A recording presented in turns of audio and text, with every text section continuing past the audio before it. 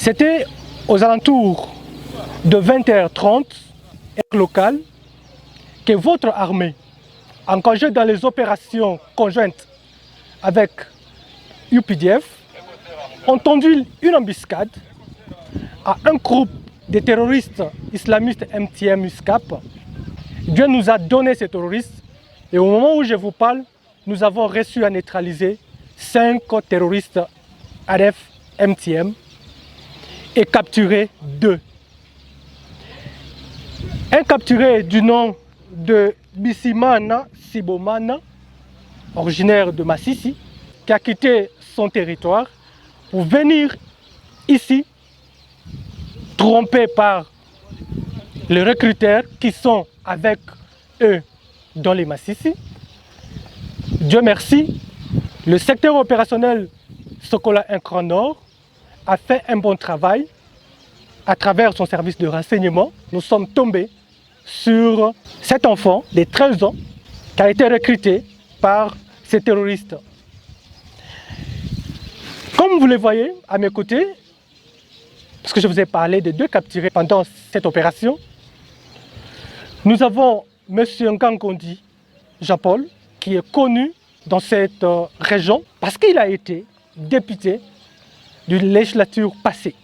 C'est un député provincial honoraire de la zone, mais curieusement, on l'a trouvé dans l'embuscade au même moment du côté des ADF.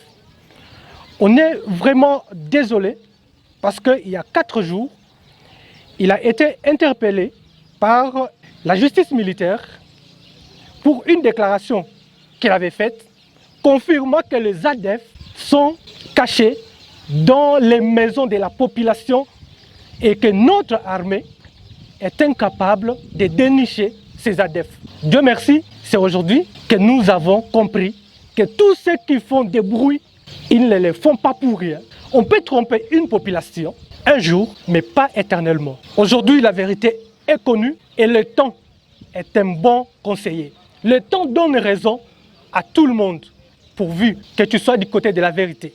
Ce n'est que le début du commencement.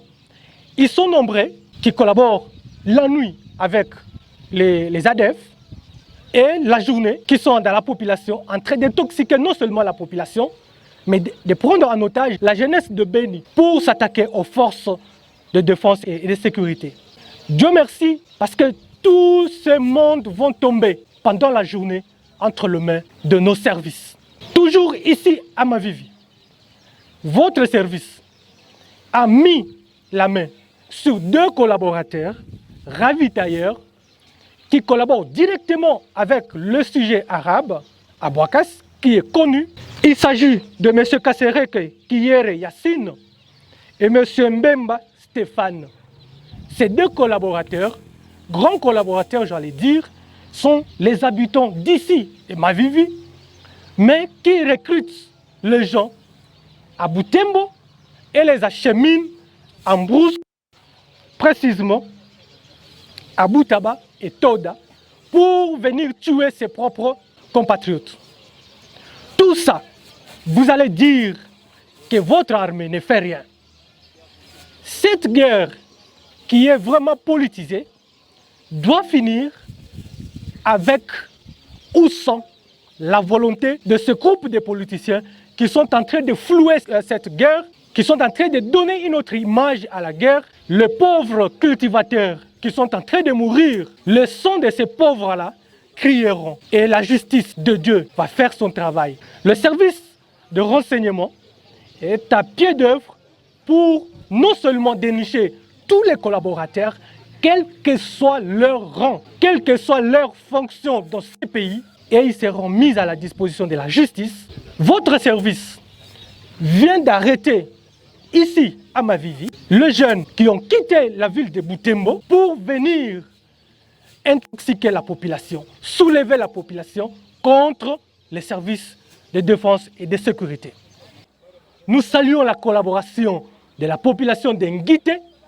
Nous saluons la collaboration des sages, des bénis qui ont déjà compris, qui ne sont pas prêts à être manipulés par les politiciens qui n'ont plus de valeur aux yeux de cette population parce qu'ils font la politique sur le sang de la pauvre population. Je vous dis, je vous répète, que le sang de ces pauvres cultivateurs crieront. Et le sang là a commencé déjà à crier. Aujourd'hui, vous pouvez faire le bruit comme bon vous semble, mais demain, un seul jour, vous allez tomber.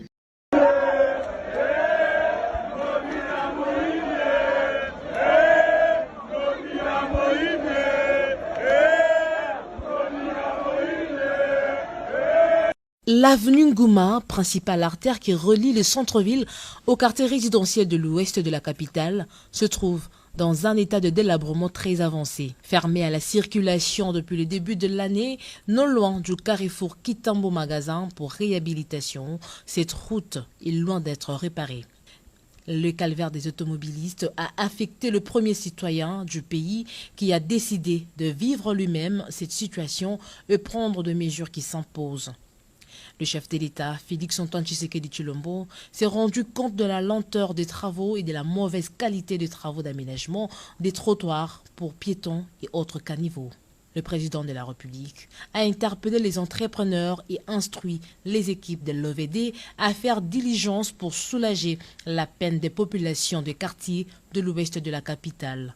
De Kitambo Magasin au Palais de Marbre, le chef de l'État a expérimenté la peine des conducteurs contraints à fréquenter les nids de poules aggravés par des travaux mal réalisés. Les travaux débutés avec trombe se sont estampés au fil du temps et l'entreprise ayant gagné ce marché de l'hôtel de ville a disparu. Comme si cela ne suffisait pas, les entrepreneurs ont fermé les autres voies de secours pour contraindre tout le monde à emprunter le bouchon de Ngouma. Les conséquences de cette situation sont très nombreuses. Carambolage de véhicules et mototaxis, énervement, stress et surtout le retard. Le cas de l'avenue Ngouma est symptomatique d'une situation assez généralisée dans la capitale. Ça et là, des chantiers routiers ont été ouverts dans la précipitation, mais les travaux tardent à avancer. Avec cette visite du chef de l'État, les Quinois des quartiers Mama Mobutu, UPN, Delvaux et Macampagne attendent un signal fort de la part des personnes engagées à refaire ces routes. Entre-temps, la situation est devenue intenable.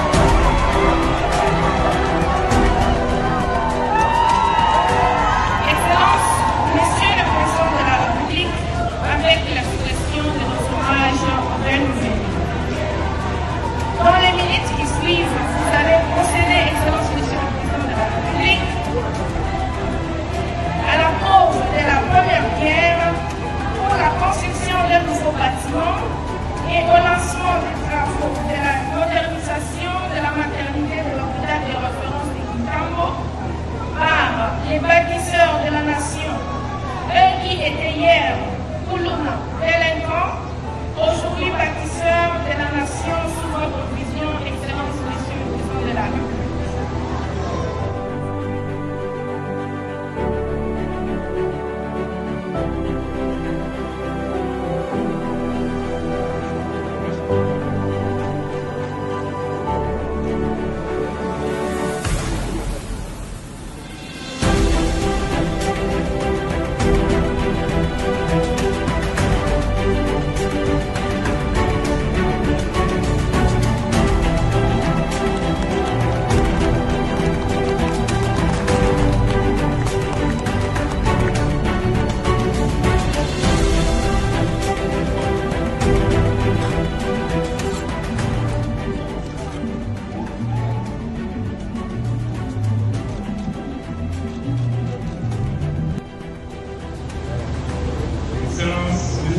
de la République, chef de l'État, avec l'expression de mes hommages les plus déférents. Vous avez fait du secteur de la santé votre priorité et vous l'avez bien martelé lors de votre investiture en l'intégrant parmi les 6 piliers de votre engagement pour le nouveau quinquennat. Excellence, la cérémonie de ce jour n'est pas qu'une symbolique de la pose d'une simple pierre. C'est un moment historique dans le domaine de la santé pour notre pays. C'est le symbole non seulement de la reconstruction de cet hôpital